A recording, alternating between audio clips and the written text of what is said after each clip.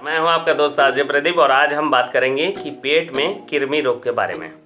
पेट में कई प्रकार के कृमियों का होना सामान्य सी बात है। बच्चों से लेकर बूढ़ों तक की आंतों में ये कृमि पाए जाते हैं।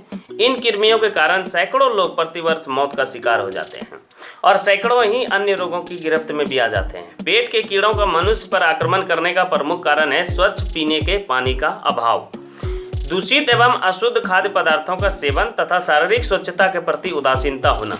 पेट में कीड़े होने से बुखार, शरीर का पीला पड़ जाना, पेट में दर्द, दिल में धक धक होना, चक्कर आना, खाना अच्छा न लगना तथा दस्त होना आदि लक्षण दिखाई देते हैं। कृमि होने के लक्षण क्या है, आइए हम आपको बताते हैं। कृमि का लार्वा त्वचा के जिस स्थान पर प्रवेश करता है उस पर तीव्र खुजली होती है और वह स्थान लाल होकर सूज जाता है। इसके कारण रोगों को जिसको रोग हो जाता है उन्हें भूख की कमी हो जाती है, हल्का ज्वर होगा, दमा जैसा श्वास और रुक रुक कर खांसी होने लगती है। आमाशय में दर्द, कभी कब्ज और कभी अतिसार की शिकायतें भी रहने लगती है। बच्चों में पेट फूलने की शिकायतें आने लगती है। इन कृमियों से फेफड़ों में संक्रमण के कारण कभी कभी निमोनिया भी हो जाता है, जिससे रोगी की मृत्यु तक भी संभव हो जाती है। कृमि के प्रकार और उसके होने वाले लक्षण का हम कुछ छोटा सा प्रयास यहाँ पे कर रहे हैं। पेट के कीड़े कई प्रकार के होते हैं, लेकिन मुख्यतः ये दो प्रकार की श्रेणी में बटे होते हैं। गोल कृमि या राउंड वर्म कहते हैं और फीता कृमि या टेप वर्म कहते हैं। तो चलिए गोल कृमि के बारे में थोड़ा सा हम आपको बता देते हैं कि क्या होता है गोल कृमि। ये सबसे अधिक पाए जाने वाला आंत्र कृमि है। इन कृमियों में नर और मादा अलग अलग होते हैं। इनका रंग सफ़ेद या पीलापन होता है। इस कृमि की मादा एक ही दिन में हजारों की संख्या में अंडे देते हैं। ये अंडे हजारों की संख्या में मल के साथ निकलकर मिट्टी, पानी, सब्जियों और अन्य खाद्य एवं पेय पदार्थों को दूषित करते रहते हैं। जब कोई स्वस्थ व्यक्ति इन संक्रमित खाद्य या पेय पदार्थों का सेवन करता है तो ये अंडे उसकी छोटी आंत में पहुंचकर वहां फूट जाते हैं। दूसरा जो होता है धागे वाली कृमि।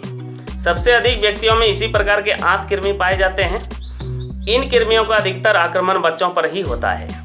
ये कृमि बहुत ही छोटे होते हैं। इसके भी अंडे मल द्वार धूल, मिट्टी, पानी, सब्जियों आदि तक पहुंच जाते हैं, जिनके सेवन मात्र से ये अंडे पेट में पहुंच जाते हैं। अगला जो होता है अंकुश कृमि। ये कृमि धागे की भांति बारीकी, हरियाली लिए सफ़ेद रंग के होते हैं। ये संक्रमित व्यक्ति की ग्रहणी तथा मध्य अंत में काफ़ी संख्या में पाए जाते हैं। इन कृमियों के अंडे भी मल के साथ शरीर से बाहर आकर मिट्टी में मिल जाते हैं। जब व्यक्ति नंगे पांव इनके संपर्क में आता है तो ये पैर की कोमल त्वचा से चिपक कर त्वचा में प्रवेश करके रक्त में मिलकर फेफड़ों आदि से छोटी आंत में ग्रहणी तक पहुंच जाता है। अगला जो होता है फीता कृमि। आमतौर से फीता कृमि कम व्यक्तियों में ही देखा गया है।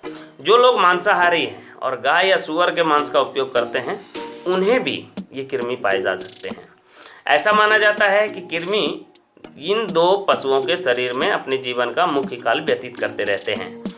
इनके मांस को खाने वाले व्यक्तियों के पेट में ये कृमि आसानी से स्थानांतरित हो जाते हैं। ये कृमि व्यक्ति की आंत की दीवार में अपना सिर गड़ाए रखकर उसका रक्त चूसते रहते हैं। विश्व स्वास्थ्य संगठन की सिफारिशें क्या है, हम थोड़ा उन पर नजर डाल लेते हैं। कृमि संक्रमण को कम करने के लिए महामारी क्षेत्र में रहने वाले स्कूल जाने की आयु वाले बच्चों के इलाज के लिए विश्व स्वास्थ्य संगठन ने समय आधारित औषध उपचार की सिफारिश की है।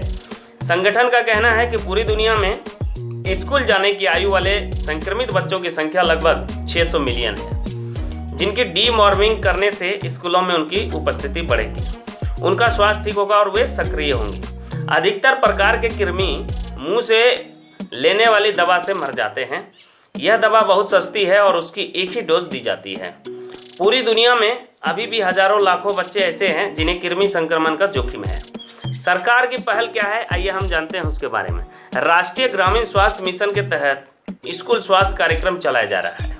कार्यक्रम में यह प्रावधान किया गया है कि वर्ष में 2 बार निर्धारित अवधि में राष्ट्रीय दिशा निर्देशों के आधार पर डीवॉर्मिंग की जाएगी। बिहार में विश्व की सबसे बड़ी स्कूल आधारित डीवॉर्मिंग पहल की शुरुआत की गई थी।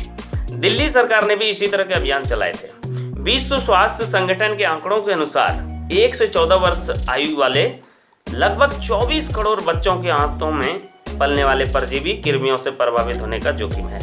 नई योजना के तहत 1 से 19 वर्ष की आयु वर्ग स्कूली बच्चों, पंजीकृत और गैर पंजीकृत के डीवॉर्मिंग करने का लक्ष्य स्वास्थ्य मंत्रालय ने निर्धारित किया है।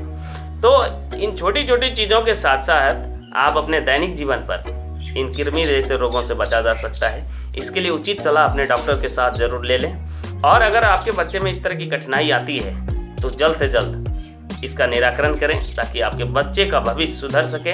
और हमें लगता है कि आज का वीडियो आपके लिए काफ़ी महत्वपूर्ण हुआ होगा। अगर महत्वपूर्ण हुआ होगा तो हमें कमेंट करके जरूर बताइएगा। हमारे चैनल पर अगर आप नए हैं तो सब्सक्राइब जरूर कीजिएगा।